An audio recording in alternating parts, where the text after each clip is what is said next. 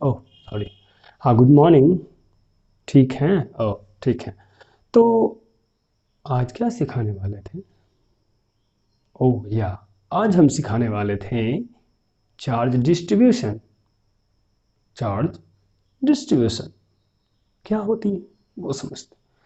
सांसें रोक लो, क्योंकि आज का जो कॉन्सेप्ट है वो आपको दिमाग को हिला देगा। फिजिक्स में इसका बहुत महत्व है, बच्चे समझते नहीं हैं। होली खेलने में बिजी सब रहते हैं, मैं क्या कर सकता हूँ। आइए मैं देखता हूँ। तो आज समझेंगे हम लोग चार्ज डिस्ट्रीब्यूशन के बारे में। चार्ज डिस्ट्रीब्यूशन, डिस्ट्रीब्यूशन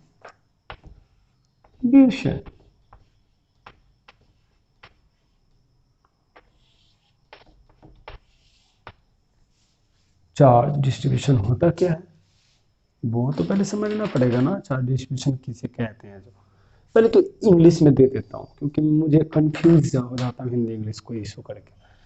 ठीक है, बंटवारा। डिस्ट्रीब्यूशन माने क्या होता है? बांटना होता है। छोटी मोटी असली बात है कि किसी भी सरफेस पर अगर आप इस छोर पर चार्ज देते हो तो पूरे बॉडी पर डिस्ट्रीब्यूट हो जाता है, यानी बढ़ जाता है। मान लीजिए कि यहाँ पर अगर आपने पॉजिटिव पॉजिटिव चार्ज दिया, पॉजिटिव चार्ज दिया, तो ये पॉजिटिव चार्ज सिर्फ यही नहीं होगा, ये पूरे बॉडी में समान रूप से फैल जाएगा। इसे कहते हैं लीनियर चार्ज डिस्ट्रीब्यूशन।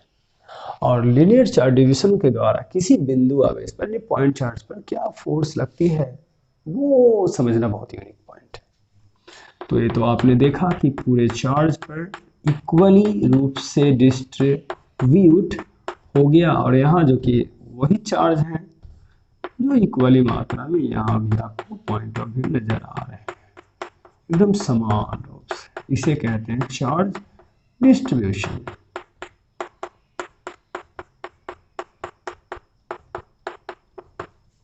अब बोलोगे सर ये क्या है, ये टॉपिक क्यों पढ़ना है? टॉपिक इसलिए पढ़ना क्योंकि आपको पूरे इलेक्ट्रोस्टैटिक्स में सबसे ज़्यादा ये नज़र आने वाले टॉपिक है, और इसी से सारे डेरिवेशंस होते हैं।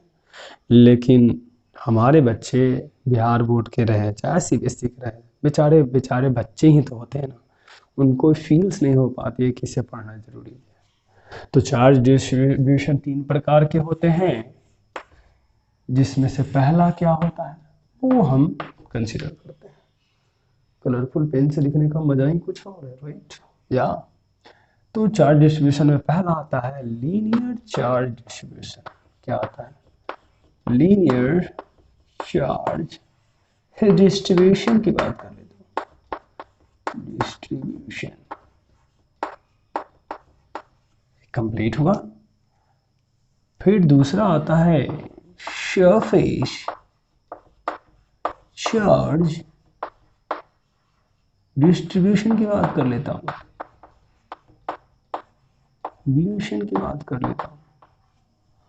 और एक और जो आता है वो येलो कलर से वॉल्यूम चार्ज डिस्ट्रीब्यूशन की बात कर लेते हैं। वॉल्यूम चार्ज डिस्ट्रीब्यूशन की बात कर लेता हूँ। हमारे पास तीन तरह के डिस्ट्रीब्यूटेड चार्ज नजर आ रहे हैं। एक हमारे महारथी जो लीनियर है, एक हमारे महारथी जो सरफेस है, और एक है जो कि आपको वॉल्यूम वाइज है। ये गोल की मिचाई को तो हटाना पड़ेगा। अब डिस्ट्रीब्यूशन तो मैं लिख दिया हूं, और एक चीज और इसमें लिखूंगा, ठीक है? Force force due to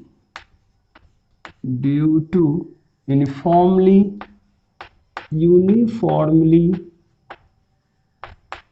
distributed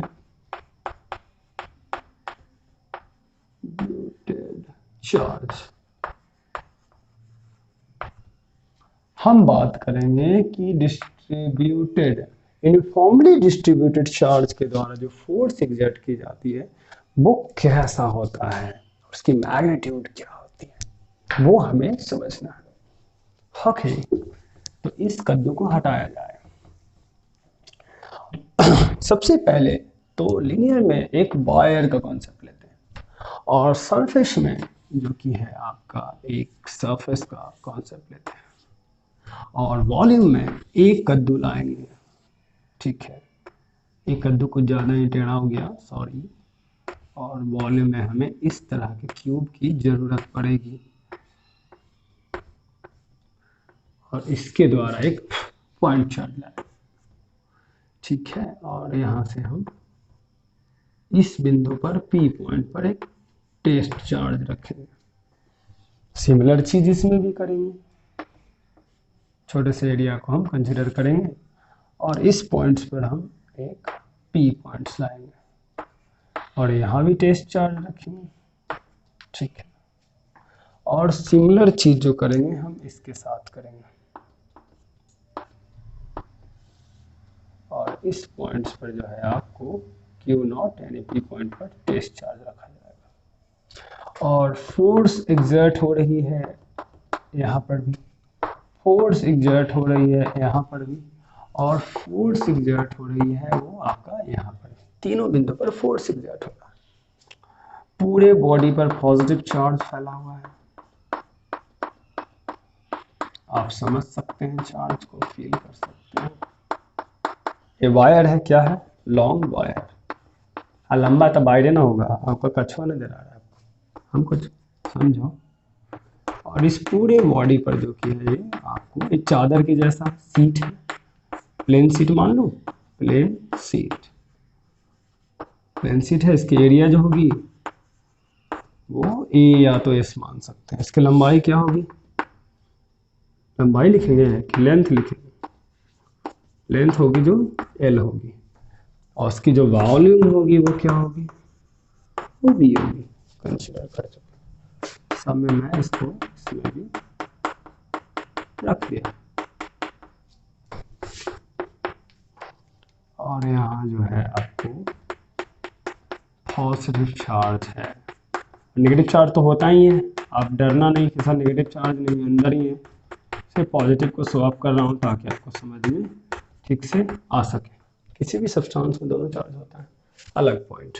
तीन तरह का, हम तीनों को एक ही बार में आपको समझाने की कोशिश कर रहे हैं।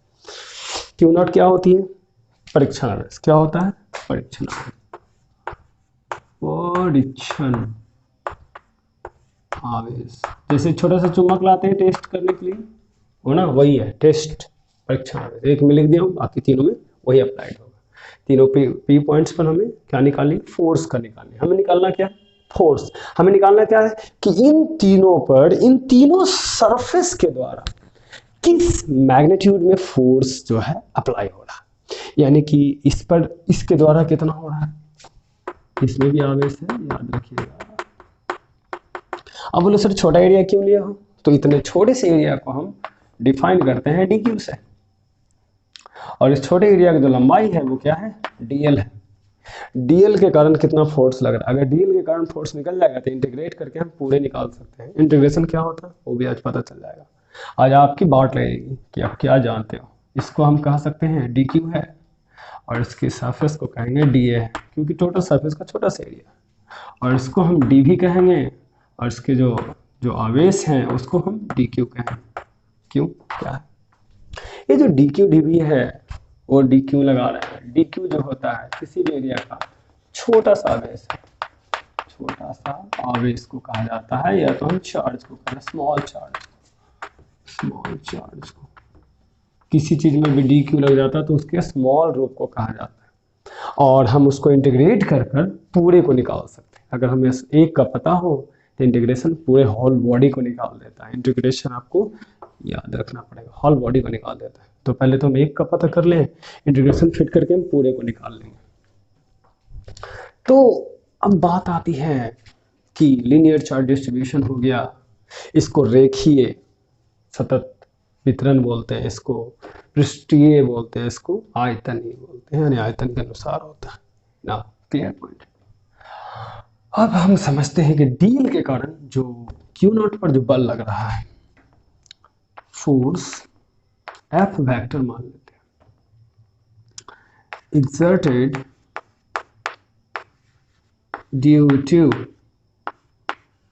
किसके कारण, डीएल के कारण, ठीक है, डीएल के कारण। नाउ उससे पहले नाउ एक चीज और डिफाइन करना पड़ेगा कि सर पूरे लंबाई में जो कि है टोटल चार्ज क्या है, टोटल चार्ज क्यू माने सबका टोटल चार्ज क्यू है, टोटल चार्ज क्यू है, टोटल चार्ज क्यू है, टोटल चार्ज कितना है, क्यू है, तभी तो डी क्यू लिखेगा ना।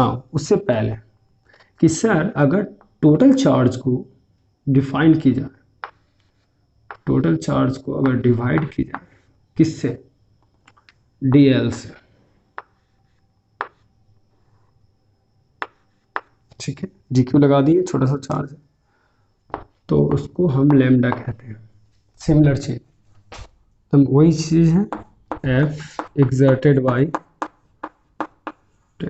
किस पे कारण है, तो due to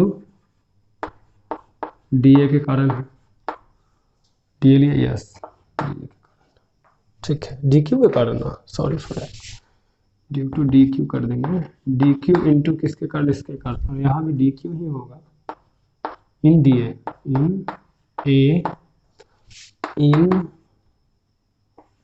D a d l कर देते हैं और यहाँ डी ए कर देते हैं, तो आपका अलग अलग हो जाएगा, force exerted on Q naught due to dV due to dQ in dV on Q not, हाँ फोर्स कहाँ क्यू नॉट पर, तो मैं एक पर लिख दिया हूँ, देखो यहाँ पर लिख दिया हूँ, कोई इशू नहीं है, तीनों को एक बार में हम आपको क्रिएट कर देते हैं, समझा देते हैं। अब हमारा D Q by D L को हम लैम्डा कहते हैं, दिस इज लैम्डा, लैम्डा लिखने की जरूरत है, बता देता हूँ। और यहाँ आल्सो एक कॉन्सेप्ट और है कि यहाँ D Q by D A को क्या कहेंगे, तो कहते हैं सिग्मा, और यहाँ also D Q by D भी को क्या कहेंगे, तो कहेंगे हम क्या, रो, क्या कहेंगे, रो, आर एच ओ लिख देता हूँ, आपको नोट डाउन करने में काम देगा, सिग्मा होगा और एज होगा लैम्डा होगा, लैम्डा होगा, लैम्डा, ठीक है, क्लियर है, ठीक है। हमें लगता है कि वर्ड फुल अप हो जाएगा क्योंकि जगह थोड़ा कम है, कोई नहीं, डायरेक्ट करो, डी क्यू का मान कितना होगा, चलिए यहाँ पर इसको बगल में हम डी क्यू का मान लाते हैं, तो डी क्यू का मान आएगा डी एल गुना lambda, lambda into d l होगा, और इसका जो डी क्यू का मान होगा वो होगा सिग्मा गुना डी ए होगा, और इसका जो डी क्यू का मान होगा वो होगा आपको रो गुना डी भी होगा, रो गुना डी भी होगा। नाउ अब इसके बाद जो है आपको आगे की कॉन्सेप्ट्स बता दो। अब according to Coulomb's law, according to Coulomb's law, Coulomb's law use करेंगे, ठीक है। इन दोनों के बीच में अब यहाँ का जो है वो डी क्यू है, एक चार्ज यहाँ है और एक चार्ज यहाँ है, तो कूलम्ब्स लॉ के अनुसार जो होगा, आपको तो हमें ऊपर ही लिखना पड़ेगा बट एक टर्म लिख देता हूँ यहाँ, एफ इक्वल टू हो जाएगा के ई, अगर यह स्पेस में हो तो d q multiplied by q naught, और वाई कितना हो जाएगा आर स्क्वायर, आर कैप होगा इसका distance, similar force equal to k e d q और इंटू क्यू नॉट, और वाई क्या हो जाएगा r square, similar f equal to k e d q multiplied by q naught, by क्या हो जाएगा आर स्क्वायर। अब हमारे पास नीचे जगह नहीं है लिखने के लिए, शायद आपको विजुअली नहीं हो रहा होगा तो अलग बात है, वो आप एक बार देख लो, मैं कैमरा को नीचे कर देता आप स्क्रीनशॉट ले लें, उसके बाद हम ऊपर करते हैं। तो हमें हटाना पड़ेगा फिगर्स को, आप स्क्रीनशॉट लें जल्दी से, क्योंकि अब फिगर्स को हटाना जरूरी है, तभी आपको यहाँ एडजस्ट हो पाएगा। बिना फिगर को हटाए भी कर सकते हैं, बट कोशिश करते हैं अगर फिगर की ज़रूरत मिटाना पड़ा, क्योंकि फिगर बहुत ज़रूरी है लास्ट में आपको एक्सप्लेन करने के लिए। ना हमारे पास अब क्या बचा, वो बचा हमारे पास एफ, ठीक है। और दूसरी बात यहाँ जो भी आपको नज़र आ रहे हैं जो डी एफ होना चाहिए, क्योंकि यहाँ जो भी आपको डी क्यू लगा हुआ, तो डी एफ कर देता हूँ, क्योंकि इंटीग्रेट अभी तक पूरी नहीं हुई है। डी एफ क्या है, डी क्यू के कारण डी एफ हो रहा है, क्योंकि छोटा डी क्यू है इसलिए डी एफ हो जाएगा। इंटीग्रेशन दोनों पटे लाएगा तो एफ बराबर क्या हो जाएंगे, अगर हम डी एफ हटा देते हैं तो इंटीग्रेशन फिटिंग हो जाएगा और इंटीग्रेट हो जाएगा। कौन बाहर निकलेगा, तो के कांस्टेंट है, ठीक है, और क्यू नॉट बाहर निकलेगा और इंटीग्रेशन फिट हो जाएगी। किसके लिए, लीनियर के लिए। डी क्यू का मान क्या है वो रख देते हैं, डी क्यू का मान है आपका lambda into d L, lambda into d L, और बटा नीचे क्या हो जाएगा, आर स्क्वायर हो जाएगा, और ये कुल लंबाई शो कर रहा है। चलिए ये पहला हुआ, बिना फिगर का ही हमारा हो गया, डोंट वरी, क्योंकि मैंने सॉर्ट अप कर दिया। तो या एफ इज इक्वल टू लिख सकते हैं के ई क्यू नॉट, सिमिलर चीज, ठीक है, अब लिखने की कोई ज़रूरत नहीं है। D L L lambda, sorry यहाँ आपको लैम्डा भी तो कांस्टेंट ही है ना, तो उसको हम हटा सकते हैं, बाहर कर देते हैं। लैम्डा भी आपका कांस्टेंट टर्म ही है, तो बचेगा आपको डी एल बटा आर स्क्वायर, यही रह जाएगा आपका, चेंज करने का जरूरत नहीं है। जहाँ इंटीग्रेशन एल जो है आपका वो है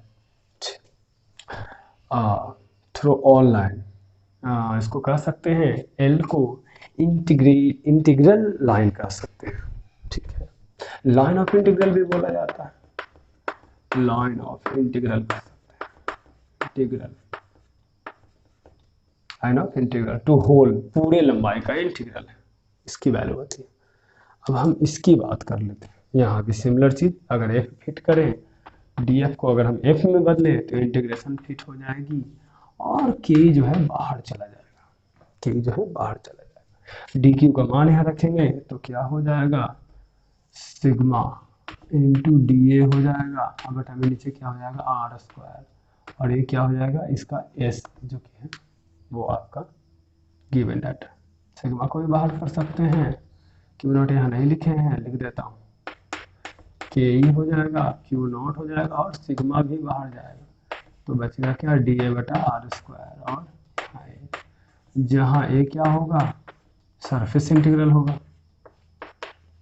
सरफेस इंटीग्रल होगा, क्लियर। एक टर्म हमारा और रहा वॉल्यूम वाला, ठीक है। तो हम देख लेते हैं इसको, अगर हम एफ करेंगे तो क्या हो जाएगा, इंटीग्रेशन फिट होगी, ठीक है, और डी ए का जो मान होगा वो होगा आपको रो, तो हो जाएगा आपको सिमिलर चीज है, के बाहर जाएंगे, ठीक है, के बाहर जाएंगे, क्यू नॉट भी बाहर जाएंगे, ठीक है, इंटीग्रेशन में होगा आपको डी भी, तो रो इंटू डी भी होगा ना, हम बता क्या हो जाएगा, डी सॉरी आर स्क्वायर नीचे हो जाएगा, और यहाँ पर आपको दिया गया। सब आप चाहें तो फिटिंग कर सकते हैं, आर कैप कोई दिक्कत नहीं, आर कैप रख सकते हैं, जिससे आपको ही सुविधा होगी समझने में। अब यहाँ जो एफ का जो वैल्यू होगा वो होगा आपको रो बाहर, तो के ई क्यू नॉट, और रो बाहर जाएगा, डी वी बटा आर स्क्वायर होगा, यहाँ भी लगेगी, ठीक है, यहाँ आर कैप होगा, जो ए क्या शो करेगा, वॉल्यूम इंटीग्रल को शो करेगा, volume integral, total hall volume use होगा। तो आपने देखा कि एक टाइम्स में हम तीन को डेरिवेशंस को इजीली निकाल सकते हैं, समझ सकते हैं, तीनों को समझ। क्या समझाया गया कि अगर लाइन के अनुसार रहे तो ये फॉर्मूला लगेगा, अगर सरफेस के अनुसार रहेगा तो ये फॉर्मूला लगेगा, इसकी मान दी रहेगी, इसका रहेगा तो ये फॉर्मूला लगेगा। ये बड़ा काम का चीज है, आगे आपको याद रखनी है, ठीक है। कैसा लगा फीडबैक जरूर दीजिएगा। Thanks a lot.